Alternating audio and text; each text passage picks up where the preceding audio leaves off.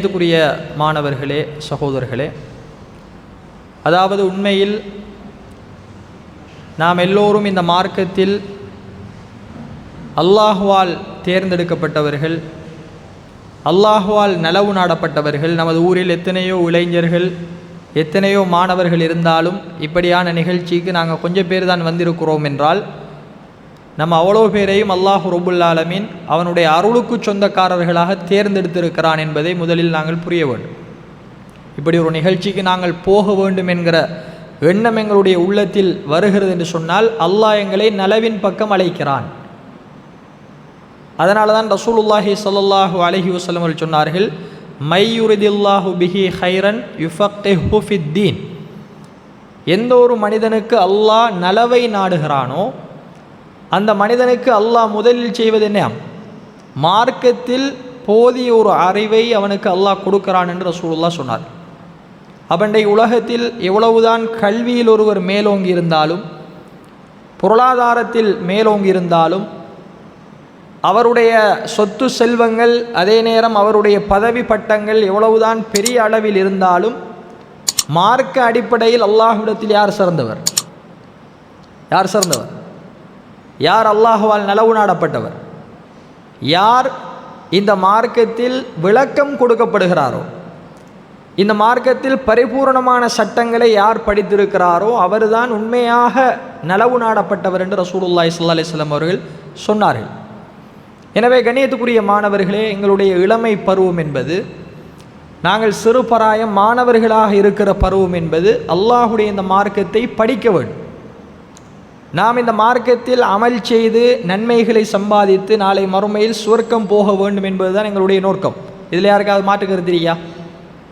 யாருக்கிட்ட கேட்டாலும் என்ன நோக்கம்? எங்கட மறுமையில் நான் சுவர்க்கம் போகணும். அப்போ சுவர்க்கம் போக வேண்டும் என்றால் மார்க்கத்தில் சொல்லப்பட்ட சட்டதிட்டங்களை நாங்கள் எங்களுடைய வாழ்க்கையில் நடைமுறைப்படுத்தணும். மார்க்கத்தில் சொல்லப்பட்ட சட்டதிட்டங்களை நடைமுறைப்படுத்த வேண்டும் என்றால் மார்க்கத்தை படிக்க வேண்டும். அப்போ இஸ்லாம் உலக கல்வியை முற்றுமுழுதாக புறந்தள்ளிவிட்டு மார்க்க கல்வியை மட்டும்தான் படிக்க வேண்டும் என்று சொன்ன மார்க்கம் அல்ல. எங்களுக்கு ரெண்டு கல்வியும் மிக முக்கியம். உலகத்தில் வாழ்வதானால் உலக கல்வி முக்கியம், மறுமையில் வெற்றி பெற வேண்டுமாக இருந்தால் மார்க்க கல்வியும் முக்கியம். ஆனால் இந்த ரெண்டு கல்வியிலும் இஸ்லாம் சொல்கிறது மார்க்க கல்வி தான் ஒரு மனிதனுக்கு மிகச்சிறந்த கல்வி. ஏன்? அதுதான் ஆகிரத்துக்கான கல்வி.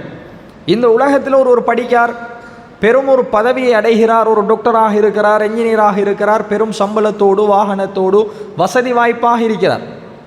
இந்த வசதி வாய்ப்புகளும் அவருடைய செல்வங்களும் பட்டம் பதவிகளும் நாளை மறுமையில் அவருக்கு உதவி செய்யுமா? அவரை அல்லாஹ்விடத்திலிருந்து பாதுகாக்குமா?